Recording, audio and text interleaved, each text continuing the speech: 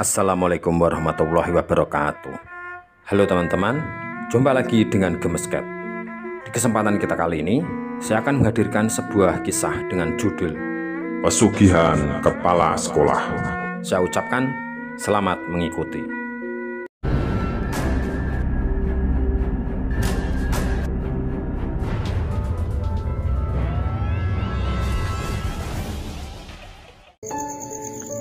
Saat itu, Ajeng sedang mengemasi buku-bukunya dan masukkan ke dalam tasnya. Ajeng mencium bau harum kemenyan. Siapa ya yang bakar dupa? Pikir Ajeng. Iseng-iseng, Ajeng mengintip jendela ruang kepala sekolah yang merupakan asal dari sumber bau itu. Betapa terkejutnya Ajeng ketika dia mengintip, dia melihat Pak Rudi yang merupakan kepala sekolahnya itu sedang duduk bersila, tangannya bersedekat, dan di depannya ada kemenyan, kembang-kembang, dan banyak pernak-pernik sajen lainnya. Melihat hal itu, Ajeng langsung berlari menjauh. Dia sangat merasa takut. Namun, ketika sampai di gerbang sekolah, tiba-tiba dia melihat Pak Rudi sudah berada di situ. Ajeng sangat kaget sekali. Lah, terus siapa tadi yang berada di ruang kepala sekolah? Pak Rudi langsung memanggil Ajeng. Ajeng, sini sebentar. Dengan sedikit ketakutan, Ajeng berjalan menghampiri Pak Rudi. Ada apa, Pak? Tanya Ajeng. Apa ada yang bisa saya bantu? Kemudian Pak Rudi berkata, begini Ajeng, ini tadi terus terang mobil Bapak tiba-tiba banyak kempes dan ternyata Bapak lupa membawa dongkrak. Ini Bapak nebeng kamu saja ya, naik mobil kamu. Ajeng menjawab, oh iya Pak, silakan, jawab Ajeng. Kemudian Pak Rudi dan Ajeng masuk ke dalam mobil. Di dalam perjalanan Pak Rudi bertanya, kamu kok pulangnya paling akhir tadi, Jeng? Kemudian Ajeng menjawab, iya Pak, tadi sebenarnya sudah mau pulang, ternyata ada buku saya yang ketinggalan di kelas, jawab Ajeng. Kemudian mobilnya Ajeng sudah sampai di depan rumahnya Pak Rudi. Terima kasih ya Ajeng. Sama-sama Pak, jawab Ajeng. Kemudian Ajeng melanjutkan perjalanannya pulang ke rumah. Sampai di rumah, ketika Ajeng mau turun dari mobilnya, tiba-tiba dia melihat HP di depan kursi belakang mobilnya tempat Pak Rudi tadi duduk. Oh, ini mungkin HP-nya Pak Rudi ya yang jatuh, kata Ajeng dalam hati. Tiba-tiba Ajeng teringat kejadian ketika dia lewat ruang kepala sekolah tadi dan melihat Pak Rudi komat kamit membaca mantra. Tadi sedang apa ya Pak Rudi? Kok komat kamit membaca mantra dan di depannya banyak sekali sesajen. Karena penasaran, akhirnya Ajeng dengan ragu-ragu membuka HP-nya Pak Rudi. Kemudian Ajeng membuka WA dan menemukan chattingan yang sangat mencurigakan, teman-teman. Di mana di dalam chattingan itu Pak Rudi sedang chatting bersama dengan seorang laki-laki yang bernama Mbah Jambrong. Dalam chattingan mereka, Ajeng baru tahu kalau ternyata Mbah Jambrong ini adalah seorang dukun yang menjadi perantara pesugihan Pak Rudi. Ternyata selama ini Pak Rudi menganut ritual pesugihan. Dari obrolannya itu terbaca kalau Pak Rudi sedang merencanakan sesuatu, di mana Mbah Jambrong menyuruh Pak Rudi mencarikan tumbal 2 orang. Itu adalah syarat jika ingin ritual pesugihannya itu berhasil. Tumbal 2 orang ini harus disediakan di malam Jumat Kliwon, tepat antara jam 11 malam sampai jam 1 pagi. Dan di dalam obrolan itu Pak Rudi merencanakan kalau tumbalnya akan diserahkan di toilet sekolah nanti di waktu yang ditentukan, yaitu malam Jumat Kliwon antara jam 11 malam sampai jam 1 pagi. Tiba-tiba Ajeng baru ingat kalau malam Jumat Kliwon itu berarti besok lusa, yaitu acara kemah di sekolahan. Akhirnya Ajeng mengambil kesimpulan kemungkinan besar Pak Rudi akan mengambil tumbal mencari korban di toilet sekolah pada malam acara kemah. Dan acara kemah ini berlangsung selama 3 hari. Dan dari obrolan chattingan WA itu, Ajeng mengetahui kalau 2 orang tumbal itu harus diambil satu-satu di setiap malamnya. Jadi kemungkinan besar malam Jumat Kliwon dan hari malam Sabtunya untuk mengambil korban kedua. Jadi 2 hari berturut-turut kemungkinan akan mencari korban. Dan Ajeng pun juga sempat membaca kalau Mbah Jambrong itu juga berkata, jika Pak Rudi gagal memberikan tumbalnya, maka Pak Rudi akan menjadi penggantinya.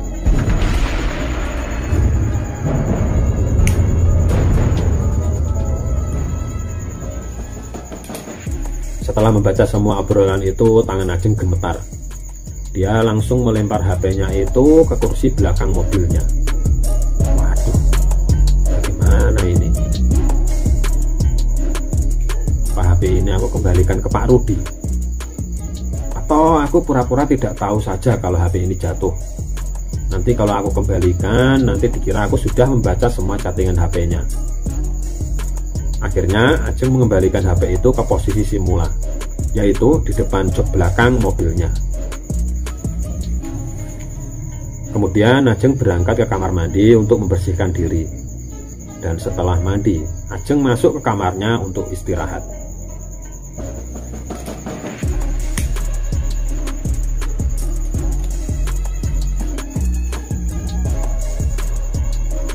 Namun beberapa menit kemudian, baru saja dia berbaring di tempat tidurnya, tiba-tiba Ajeng mendengar ada suara mengetuk pintu. Siapa ini malam-malam begini kok? Kemudian Ajeng pergi ke ruang tamu untuk membuka pintu. Dengan sedikit ragu-ragu, Ajeng membuka perlahan pintu ruang tamu. Dan ternyata yang datang adalah Pak Rudi. Ajeng sedikit tergagap dan terkejut. Oh, Pak Rudi, ada apa ya Pak? Tanya Ajeng. Kemudian Pak Rudi berkata, begini Ajeng, tadi kan saya nebeng di mobilmu. Apa kamu melihat HP-ku ada di mobilmu? Soalnya aku cari HP-ku tidak ada. Di tas, di rumah juga tidak ada. Kemungkinan besar jatuh di mobilmu, Jeng. Ajeng pun pura-pura tidak tahu. Entahlah ya Pak, tadi saya langsung mandi dan masuk kamar, tidak sempat mengecek mobil. Begini saja Pak, Bapak cek saja mobil saya, kata Ajeng. Kemudian Ajeng mengantarkan Pak Rudi ke garasi. Kemudian Pak Rudi terlihat sangat gembira ketika dia menemukan HP di depan jok belakang mobilnya Ajeng. Oh ini Ajeng, iya benar jatuh di dalam mobilmu. Ajeng pun juga pura-pura ikut senang. Oh syukurlah Pak kalau begitu. Kemudian Pak Rudi pamit. Keesokan harinya Ajeng bertemu Raka, dan Ajeng pun menceritakan pengalamannya kemarin. Setelah Ajeng menceritakan pengalamannya itu, Raka benar-benar bingung karena dia sangat sulit untuk mempercayai cerita atau pengalaman yang diceritakan Ajeng. Akan tetapi selama dia bergaul dengan Ajeng, Raka sangat mengenal sekali kalau Ajeng ini tidak pernah berbohong. Tapi untuk mempercayai cerita seperti itu, Raka masih belum bisa. Raka pun masih bimbang. Kemudian Ajeng memohon Raka agar membatalkan acara kemah 3 hari di sekolahan itu. Tentu saja Raka tidak bisa menuruti permintaan Ajeng itu, karena itu sudah menjadi keputusan rapat bersama, sudah diagendakan sekolah, dan sudah menjadi acara yang resmi.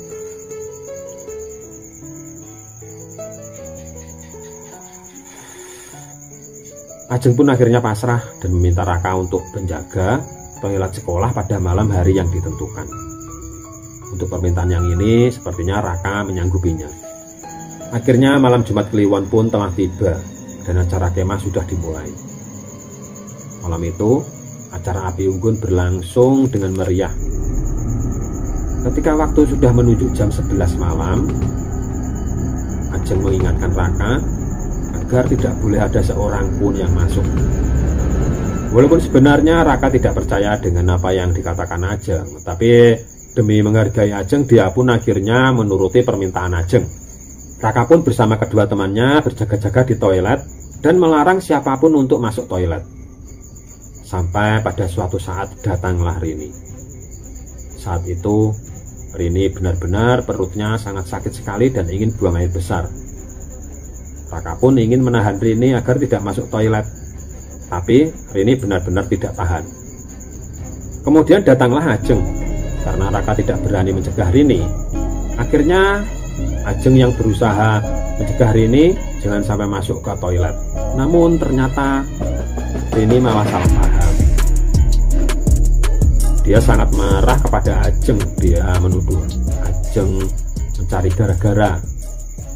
Karena Rini tidak tahan, akhirnya Rini tetap nekat menerobos Raka dan Ajeng, dan masuklah Rini ke dalam toilet. Beberapa saat setelah Rini masuk ke dalam toilet, tiba-tiba Ajeng dan Raka melihat sosok tinggi besar dan hitam juga ikut masuk ke dalam toilet.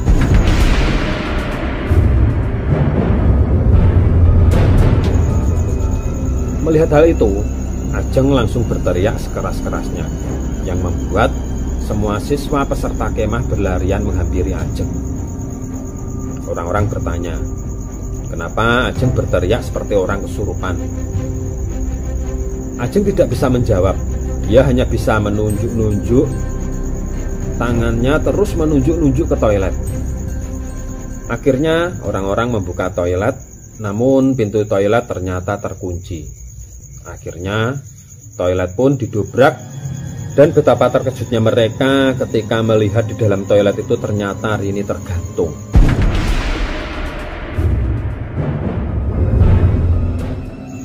Di lehernya terikat tali dan tergantung di langit-langit toilet.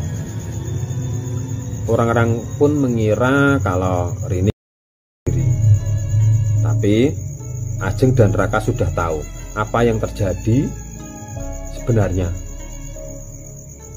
Rini pun tewas dengan sangat mengenaskan. Setelah kejadian itu, Raka terlihat sangat menyesal. Dia meragukan apa yang diucapkan Ajeng. Ternyata apa yang diucapkan Ajeng itu terbukti. Tapi tentu saja Raka dan Ajeng tidak bisa langsung menuduh Pak Rudi sebagai pelakunya. Karena hal ini tentu saja akan menjadi bahan tertawaan dan akan menjadi bumerang bagi mereka. Karena mereka akan dituduh memfitnah. Raka dan Ajeng terlihat duduk di kursi lapangan basket. Mereka berdua duduk tapi sama-sama diam. Sepertinya mereka berdua sama-sama berpikir bagaimana mencari solusi dari masalah ini. Mereka tahu kalau malam berikutnya, yaitu besok malam, kejadian itu pasti akan terulang kembali. Tapi mereka benar-benar menemui jalan buntu. Mereka terus berpikir bagaimana bisa mencegah hal itu terjadi. Ajeng, kata Raka memecah kesunyian. Iya Raka, jawab Ajeng. Bagaimana ini? Apa kamu punya solusi? Tanya Raka. Entahlah. Aku tidak tahu Raka. Aku tidak tahu apa sebaiknya kemah ini kita hentikan saja, kata Ajeng. Kemudian Raka menjawab, aku juga berpikiran seperti itu Ajeng, tapi aku tidak punya kuasa. Aku sama sekali tidak bisa untuk menghentikan perkemahan ini. Semua berada di tangan Pak Rudi. Tapi aku akan mencoba merapatkan hal ini dengan teman-teman semua dan membujuk mereka agar perkemahan ini dihentikan saat ini juga. Kemudian Raka mengumpulkan teman-teman pembina pramuka, termasuk juga teman-teman anggota OSIS, dan mereka merapatkan kalau sebaiknya perkemahan ini dihentikan. Ketika rapat sedang berlangsung, tiba-tiba datanglah Pak Rudi. Pak Rudi sangat marah sekali ketika para pembina pramuka dan anggota OSIS ini berniat menghentikan perkemahan.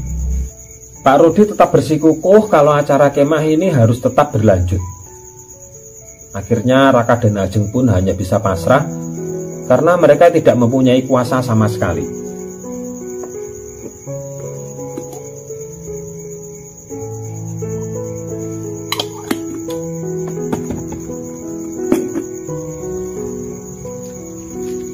Keesokan paginya, Raka dan Ajeng pergi ke pasar untuk membeli peralatan-peralatan untuk keperluan kemah hari kedua nanti malam. Ketika Raka dan Ajeng sedang berbelanja di pasar, mereka bertemu tetangganya Raka yang merupakan seorang pegawai PLN.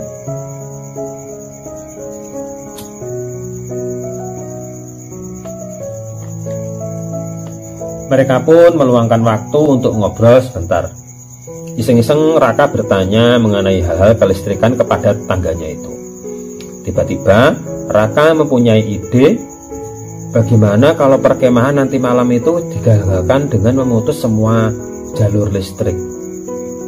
Akhirnya Raka pun menanyakan hal kelistrikan kepada tetangganya itu dengan alasan ingin memperbaiki listrik di rumahnya. Tanpa menaruh curiga, tetangganya itu menjelaskan bagaimana cara memutus arus dan lain sebagainya, dan juga apa saja alat-alat yang diperlukan. Selesai mereka mengobrol, Raka mengajak Ajeng pergi ke toko besi untuk membeli alat-alat yang diperlukan. Ajeng pun bertanya kepada Raka, "Raka, apa kamu serius ingin memutus arus listrik nanti malam di acara perkemahan?" "Ya Ajeng, karena ini jalan satu-satunya supaya tidak jatuh korban lagi," kata Raka. Tanpa sadar Ajeng memegang tangan Raka. "Kamu yang hati-hati ya, aku tidak ingin kehilangan kamu." Refleks Ajeng langsung menutup mulutnya. Dia benar-benar keceplosan dan mukanya langsung memerah dan sepertinya dia sangat malu sekali. Raka pun sepertinya kelihatannya juga agak bingung. Dan Raka pun sepertinya juga salah tingkah dengan apa yang diucapkan Ajeng. "Maksudmu apa ya Ajeng?" Ajeng langsung menyaut, enggak, lupakan saja, kata Ajeng gugup. Mukanya benar-benar sangat memerah menahan malu. Sore itu di halaman sekolah terlihat kesibukan persiapan kemah hari kedua. Terlihat Raka dan Ajeng sudah bersiap-siap dengan peralatannya. Dengan dibantu Ajeng, diam-diam Raka merusak dan memutus aliran listrik di sekolahnya sampai benar-benar rusak. Bahkan diesel sebagai cadangan listrik mati pun juga sudah dirusak Raka. Spontan saja kegiatan di sekolah malam itu langsung lumpuh. Mereka tidak bisa melakukan apapun tanpa listrik. Karena mulai dari penerangan, internet, kebutuhan air semua mengandalkan listrik. Dan petugas PLN yang diundang juga tidak bisa berbuat banyak. Kata mereka, kerusakan cukup parah. Hanya pada siang hari saja mereka bersedia memperbaiki.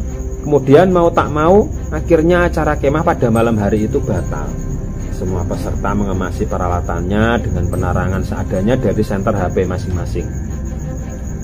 Pak Rudi pun juga tidak bisa berbuat apa-apa. Terlihat mukanya pucat pasi. Dia seperti merasakan ketakutan yang sangat luar biasa. Raka dan Ajeng hanya bisa diam dan berharap Pak Rudi tidak curiga pada mereka. Terlihat Pak Rudi seperti terburu-buru sekali. Dia masuk ke mobilnya dan memacu mobilnya sekencang-kencangnya.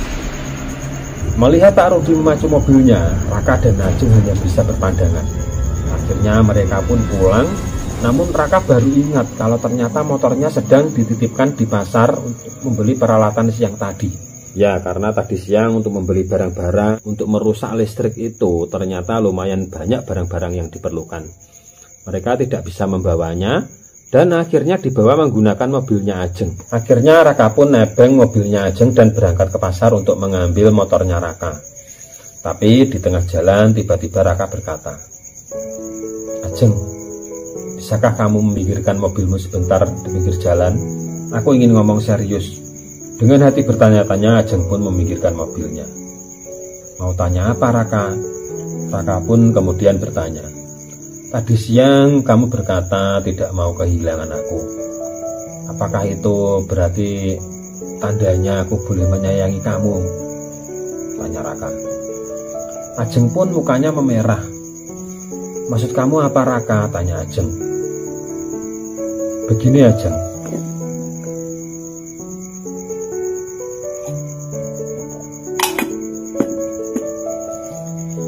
selama ini kita tenggelam dalam kesibukan OSIS dan kita sering bersama dan itu membuat aku nyaman bersamamu Ajeng. Namun aku benar-benar tidak mempunyai keberanian untuk mengungkapkan perasaan ini ke kamu. Tapi Ketika tadi siang kamu bilang tidak ingin kehilangan aku, terus terang kata-katamu itu benar-benar memberikan keberanian padaku untuk mengungkapkan perasaanku ini ke kamu. Ajeng, apakah aku boleh menyayangi kamu?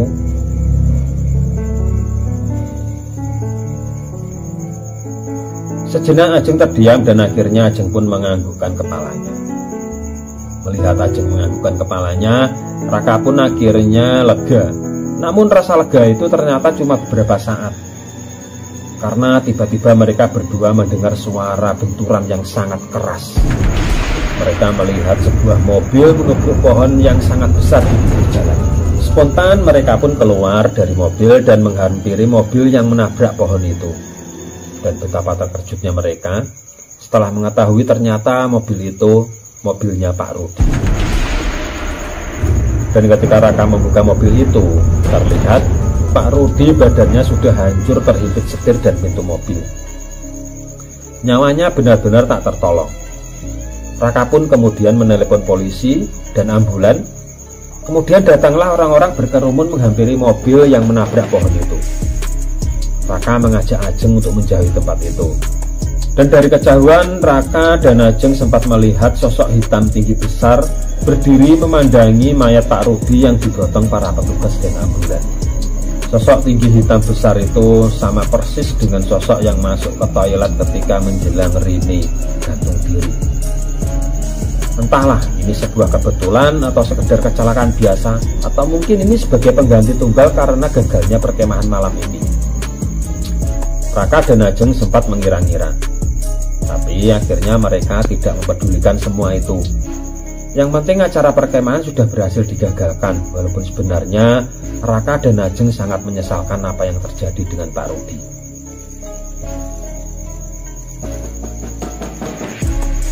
Ya, mungkin cukup sampai di sini ya teman-teman.